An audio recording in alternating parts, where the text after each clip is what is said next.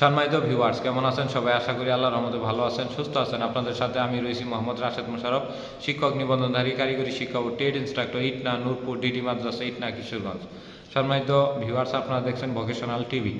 সম্মানিত ভিউয়ার্স, আজকের আলোচ্য বিষয় ডিপ্লোমা ইন ফুড টেকনোলজি পাশ করে কোন দুইটি ট্রেডে বেসরকারি শিক্ষক নিবন্ধন পরীক্ষা দেওয়া যায়। সম্মানিত ভিউয়ার্স, আপনারা সবাই জানেন যে আমি এসএসসি ভোকেশনালে একজন ট্রেড ইনস্ট্রাক্টর এবং আমি ডিপ্লোমা ইন টেক্সটাইল ইঞ্জিনিয়ারিং পাশ করে 16তম শিক্ষক নিবন্ধনে ড্রেস মেকিং যা বর্তমান নাম অ্যাপারেল ম্যানুফ্যাকচারিং বেসিকে পাশ করে সেসিভুক্ত একটি এসএসসি ভোকেশনাল অর্থাৎ নবম এবং দশম শ্রেণীর ট্রেড ইনস্ট্রাক্টর হিসেবে কর্মরত আছি কিশোরগঞ্জের ইটনা উপজেলা, ইটনা, নূরপুর, ডিডি মাদ্রাসা অর্থাৎ এসএসসি ভোকেশনাল মাদ্রাসার সাথে সংযুক্ত মাদ্রাসার সাথে পরিচালিত হচ্ছে। তো সম্মানিত ভিউয়ার্স, আজকের যে আলোচ্য বিষয় সেটি হলো ডিপ্লোমা ইন ফুড টেকনোলজি থেকে পাশ করে আমরা শিক্ষক নিবন্ধন পরীক্ষা কোথায় দিব।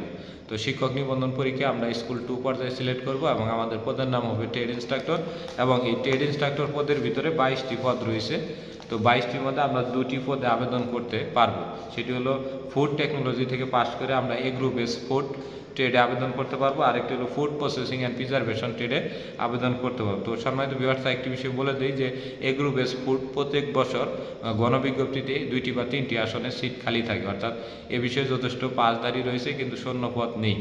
তাই যারা ফুড টেকনোলজি থেকে ডিপ্লোমা করেছেন তারা এগ্রো বেস ফুডে ভুলেও কখনো শিক্ষক নিবন্ধন সার্কুলারে আবেদন করবেন না। আপনারা সবসময় ফুড প্রসেসিং অ্যান্ড প্রিজারভেশন ট্রেডে আবেদন করবেন।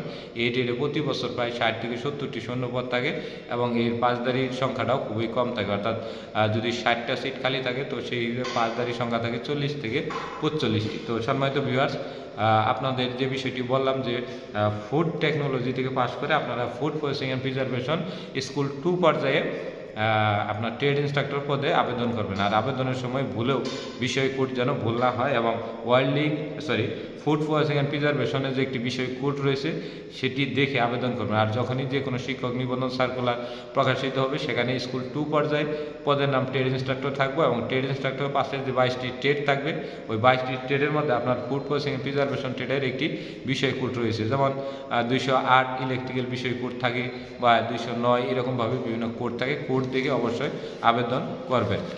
তো সম্মানিত ভিউয়ার্স, আশা করি ভিডিওটি বুঝেছেন যে ফুড টেকনোলজি থেকে পাশ করে আমরা 2টি বিষয় নিবন্ধন দিতে পারবো।